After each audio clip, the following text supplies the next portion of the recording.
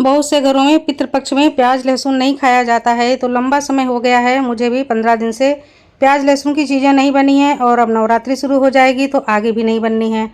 लेकिन चटपटा खाने का मन है, तो आइए आज आपके साथ मैं ऐसी तीखी चटपटी जैन चटनी बनाऊंगी जो आराम से 10 दिन तक फ्रिज में रखी जा सकती है।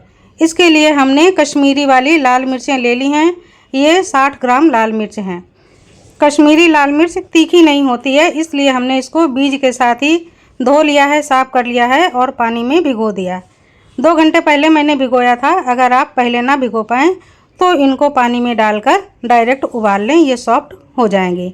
अब ये जो मिर्च का पानी है, इसमें मिर्च का फ्लेवर है, इसको हमें फेंकना नहीं है, तो पानी के साथ ही हम मिर्चों को उबालते हैं।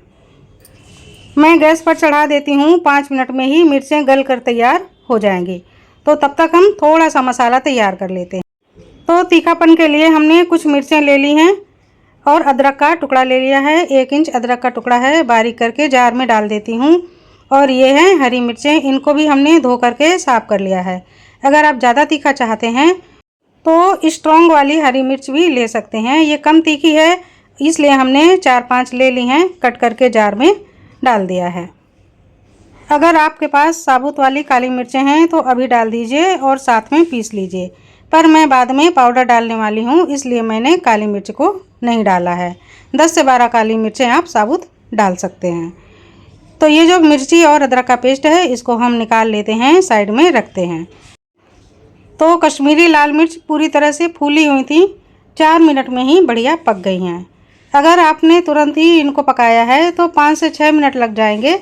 बस ऐसे ही ढककर स्लो फ्लेम पर छोड़ दीजिए, 5-6 मिनट में बहुत बढ़िया गल जाएंगी। काफ़ी गर्म है लेकिन पूरी तरह से गल चुकी हैं। तो इन मिर्चों को हम निकाल लेते हैं, पानी को एक तरफ कर देते हैं। इस पानी को हम फेंकेंगे नहीं, इसी का यूज़ करेंगे। पीसने के लिए हम जार में सभी मिर्चों को डाल देते हैं, बीज सहित ही हम डाल देते हैं।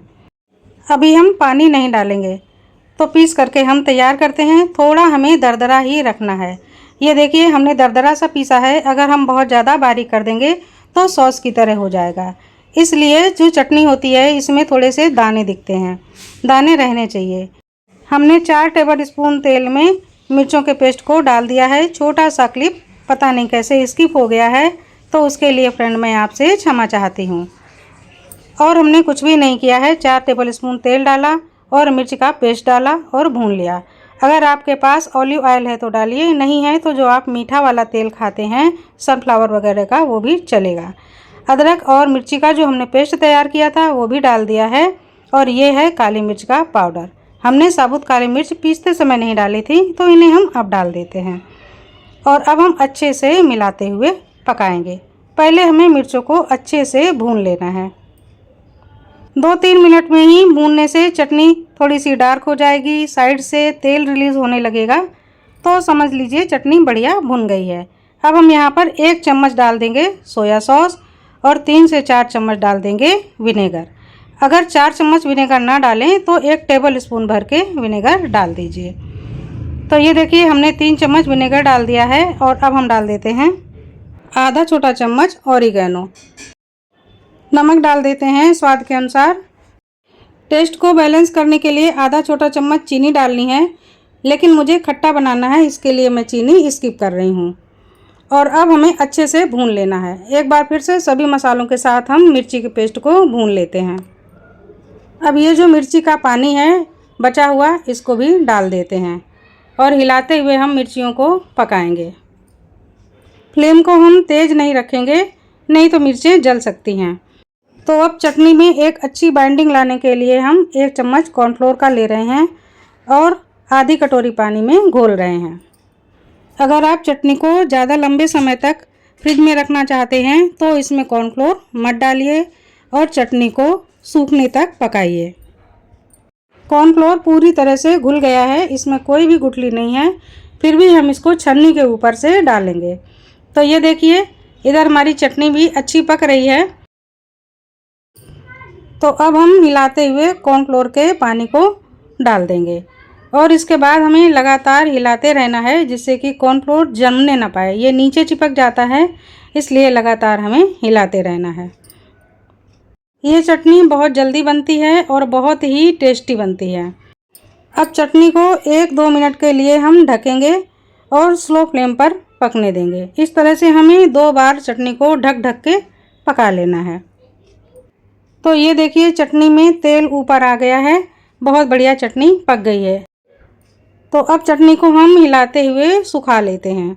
2 से 3 मिनट लगेंगे। आप इसी तरह से हिलाते रहिए और सुखाते रहिए। जितना आपको थिकनेस चाहिए उस हिसाब से आप चटनी को गाढ़ा कर लीजिए। ये चटनी मोमोज़ के साथ खाइए, सैंडविच के साथ खाइए, पूरी पराठे के साथ खाइए, दाल चावल के साथ खाइए, कई तरीक़ों से आप खाइए तो खाने में स्वाद बढ़ जाता है। मैंने यहाँ पर नमक टेस्ट कर लिया है तो अभी मुझे थोड़ा सा नमक कम लग रहा है। ज़रा सा नमक हमने बढ़ा दिया और अच्छे से चलाते हुए चटनी की कंसिस्टेंसी को चेक कर लिया। तो ये देखिए कितनी बढ़िया चटनी बन करके तैयार हुई है। इसी समय हम फ्लेम को ऑफ कर देते हैं और अब इस चटनी को हम ठंडा कर लेते हैं। फ्रेंड, बहुत ही कम समय में ये मज़ेदार सी चटनी आप बना करके रख लीजिए। ना ही इसमें प्याज है ना लहसुन है। अगर आप प्याज लहसुन नहीं खाते हैं तो ये चटनी आपके बड़े काम की है।